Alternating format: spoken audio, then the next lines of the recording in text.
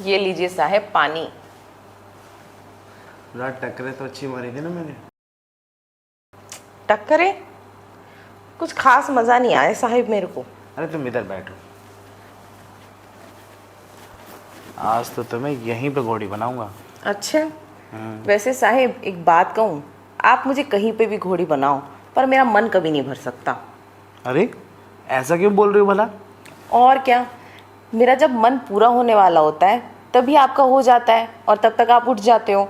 अच्छा, इसीलिए तू आज सज धज के आई है ताकि मैं तेरे को अच्छे से टक्कर मार सकूं। और क्या, आपके बाबूजी आपसे अच्छा टक्कर मारते हैं और उनसे टक्कर मरवाने में भी बड़ा मज़ा आता है। ओ, तभी मैं कहूँ तुझे आजकल मेरे में मज़ा क्यों नहीं आ रहा। मेरे बाबूजी से टक्कर लगवा लगवा के तुझे हैवी चोट की आदत पड़ गई है। हाँ है ही उनका बड़ा, तुम्हारा तो उनके आगे 1% भी नहीं है।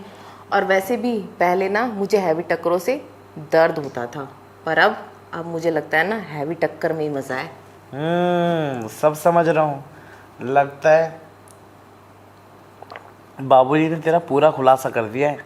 और हाँ, अब मुझे समझ आया तुझे मेरी चोट से ज़्यादा बाबूजी की टक्कर क्यों पसंद है, क्योंकि उन्होंने तेरी टांगें जो चौड़ी कर दी हैं। बात तो सही है, तुम्हारे बाबूजी बहुत तेज़ तेज़ टक्कर मारते हैं। शुरू में तो थोड़ा दर्द होता है पर बाद में तो बहुत मज़ा आता है। अब तो तेरा मन खुश हो गई, क्योंकि तुझे अब बड़ों की आदत जो हो गई है। वैसे भी बड़ों के सामने छोटों की क्या औकात। तुझे तो अब बड़े में ही मज़ा आता होगा ना। एक बार दरवाज़ा चौड़ा हो गया ना तो छोटे का पता ही कहाँ चलता है। और वैसे भी तुम्हारे बाबूजी ना 2-3 घंटे से पहले हटते ही नहीं है और तुम 5 मिनट में ढीले पड़ जाते हो। लगता है अगली बार से ना मुझे गोली खा के करना पड़ेगा। फिर तो 3-4 घंटे क्या, कम से कम रात में स्टार्ट होगा और सुबह 5 बजे हटूँगा।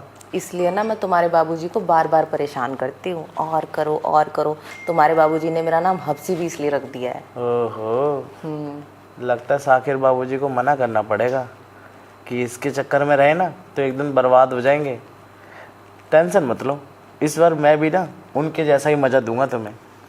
बर्बाद तो मैं कर ही दूंगी, लड़की आती क्यों है ज़िंदगी में बर्बाद करने के लिए। अच्छा, इसका मतलब तो मेरे बाबूजी को बर्बाद करने आई हो। हाँ, सोच रही हूँ बर्बाद ही कर दूँ। लेकिन मैं ऐसा होने नहीं दूंगा, क्योंकि मैं ना अब तुम्हारी टांगें चौड़ी करूँगा। अच्छा, और इतनी चौड़ी करूँगा ना कि तुम भी याद रखोगी कि मेरी टांगें नीचे थी या ऊपर। ओहो, चलो ठीक है, देखती हूँ कि तुम कितनी टांगे चौड़ी कर पाते हो। देखना तो पड़ता ही है ना। अब मेरे बाबूजी इतने दिनों से तुम्हारी टांगें चौड़ी कर रहे थे, लेकिन मुझे क्या पता था। आज तुमने बता दिया तो पता चल गया। लेकिन हाँ, आज ना मैं तुम्हारी टांगें चौड़ी नहीं ऊपर कर दूंगा। और उसके बाद तुम यही कहोगे कि अगली बार से मुझे तुम्हारी ही चोट लगवानी है, क्योंकि बाबूजी के बस की कुछ नहीं रही है। तुम ये ख्याली पुलाव ना मत पकाओ, तुम्हारे बाबूजी अब भी बहुत कामयाब है और हथौड़े की तरह चलता है उनका। लगता है तुम्हें अब अपनी खुराक देनी ही पड़ेगी। तुम्हें क्या लगता है, बाबूजी का हथौड़े की तरह चलता तो मेरा किसी चीज़ काम का नहीं है?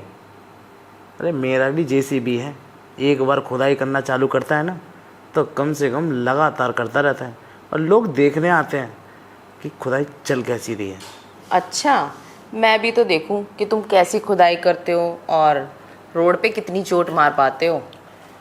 हाँ, अब क्या करूं, तुम्हारी ले लेके ऐसा एक्सपीरियंस हो गया ना मुझे कि अब तो मन कर रहा है कि बस तुम्हारी खुदाई और ठुकाई दोनों ऐसी करूं कि तुम भी याद रखोगे मुझे। अच्छा, मैं तो चाहती हूँ कोई मुझे ऐसा एक्सपीरियंस दे जो मुझे याद रहे। और हाँ, इस घर में तो तुम काम करती हो, लेकिन हाँ, इस घर को छोड़ के जाने का तुम्हारा मन नहीं करेगा अब। अच्छा जी, चलो देख लेते हैं कि मेरा मन क्या करता है क्या नहीं। चले कमरे में? चल रहे कमरे में, देरी किस बात की है। लेकिन हाँ, पहले मुझे थोड़ा सा गर्म तो करो यहाँ पे। अरे यहाँ नहीं, कमरे में ही गर्म करूँगी। कमरे में ही? और क्या। अच्छा, चलो फिर। यहाँ क्या पता तुम्हारे बाबूजी आ जाए, फिर उनका भी मूड बन जाए, फिर क्या करेंगे हम।